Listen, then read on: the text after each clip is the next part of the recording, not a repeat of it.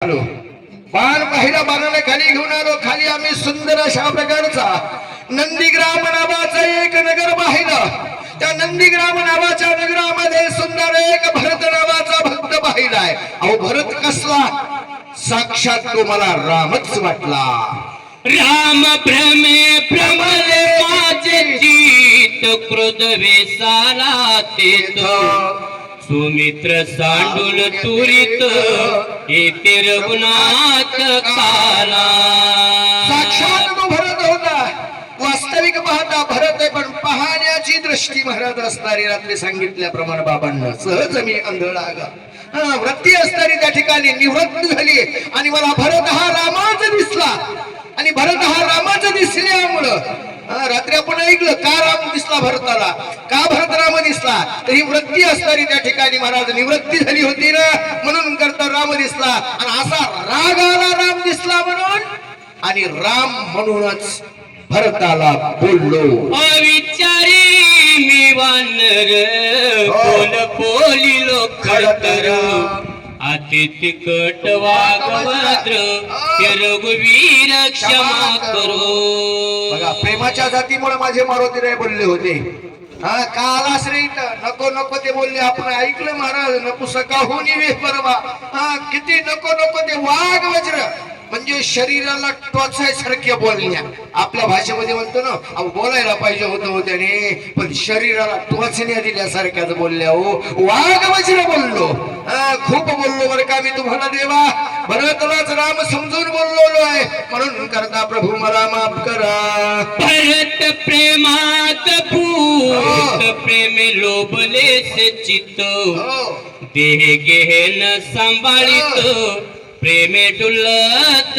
सर्वदा भरत सुद्धा पाहिला पण भरताची अवस्था कशी होती देह गेह विसरत नाही म्हणत त्याला सुद्धा काही आठवत नव्हतं काय झालं त्याच विषय तो त्यांचा झाला नारायण ना आवडे जन धन माता पिता आवडलं काही भरताला काहीच माता नाही धन नाही जन नाही कोणीच न आवडलेला देह भानावर नसलेला भरत भक्ती करायलेला नंदीग्रामात पाहिला धन्य भरताचे जीवित धन्य भरताचे आचार्यत धन्य भरताचे व्रत राम सेवित सर्वदा कोणालाही धन्यता देण्यात मजा नसते धन्यता त्याला जीवात द्यावा लागत असते धन्य भरताचे जीवित्व अरे जगण्यावर माणूस जगतोय 100 वर्ष जगाल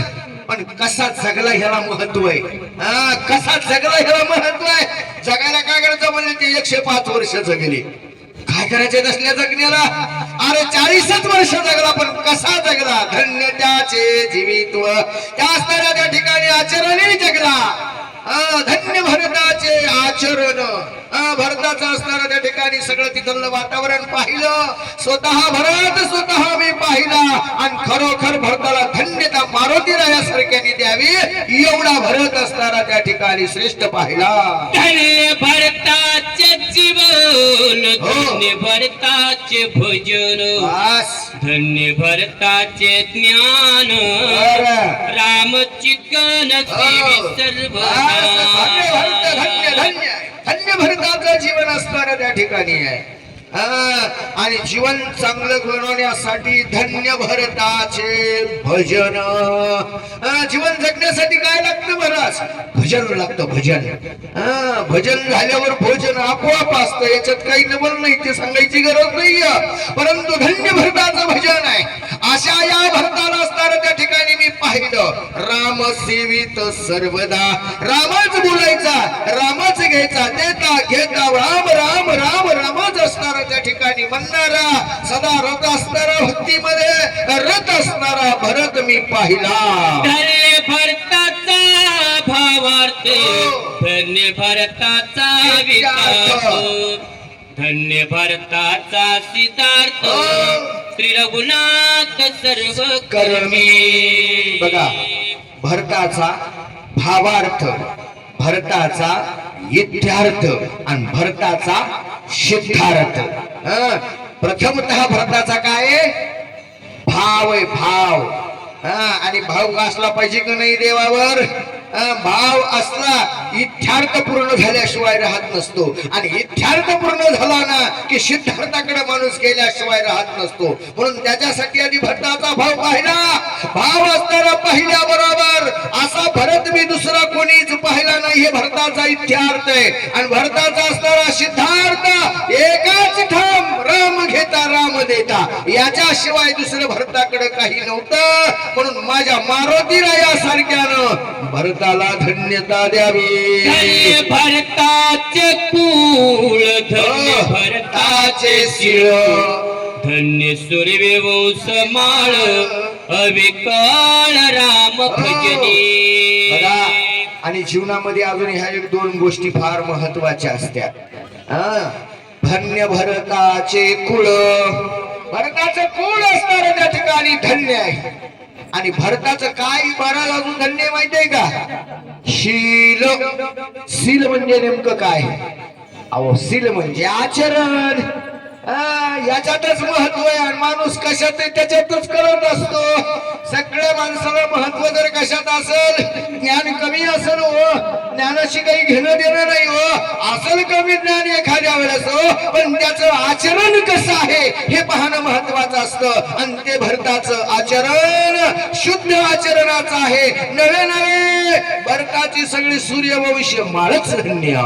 भरत राम प्रेमा लोभला, भरत राम कोणला, भरत श्रीराम ध्याना, स्वभाय भरला श्रीराम. भरत असताना त्या ठिकाणी, सगळीकडून असताना त्या ठिकाणी भरत रामे कोंडला. भरत असताना फक्त त्याच्या जर शरीरात बघितलं ना काय येतं, तर फक्त रामच. याच्या व्यतिरिक्त त्याला दुसरं असणारं त्या ठिकाणी काही आठवत नव्हतं. चौकडून असणारा सभाह्य, सगळीकडून पाहिलं तरी भरतामध्ये मला फक्त रामच दिसला. हनुमंतराय भरताचं वर्णन. भरत कुणी राघवा, मन लोभले भरत भावा, भरते गिळलो आघवा, ते भावा विसरलो. भरत देखोनी राघवा, मन लोभले भरत भावा. भरताचा भाव पाहिला, आणि भरताचा भाव पाहिल्याबरोबर हे मन आहे ना, हे सगळं असणार त्या ठिकाणी प्रभू रामचंद्राकडे असल्यामुळं माझं मन सगळं आता भरताकडे गेलं. आता मी तिकडं लक्ष्मण पडलाय, प्रभू रामचंद्र रडू लागले, मी आता हे मला काही आठवलं नाही.